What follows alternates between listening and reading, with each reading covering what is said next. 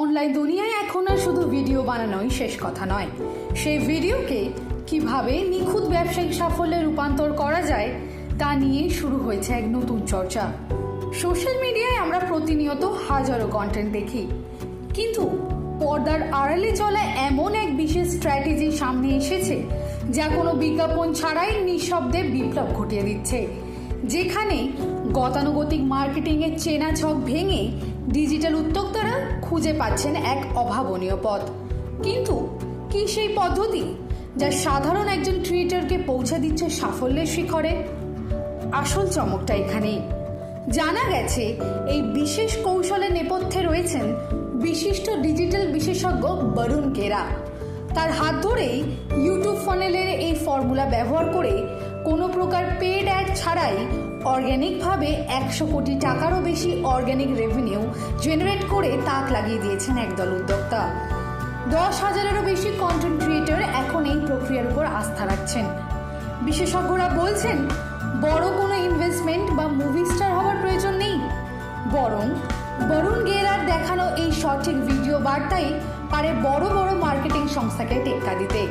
কলকাতার ডিজিটাল দুনিয়াতেও এখন ইনবক্সে ক্লায়েন্টদের পিছনে না ছুটে সিস্টেমের মাধ্যমে ক্লায়েন্টদেরকে নিজেদের কাছে টানার এই ট্রেন্ড জনপ্রিয় হচ্ছে। আর এই প্রক্রিয়ার মূল মন্ত্র হলো বরুণ গেরার সেই বিখ্যাত ওয়ান ভিডিও অ্যাওয়ে চ্যালেঞ্জ। মাত্র 99 টাকায় এই দুদিনের ওয়ার্কশপে শেখানো হচ্ছে 3টি বিশেষ ধাপ। আউটলায়ার অ্যাঙ্গেল, যেখানে গতানুগতিক স্ক্রিপ্ট বাদ দিয়ে নিজের কাজের একটি ইউনিক দিক তুলে ধরা হয়।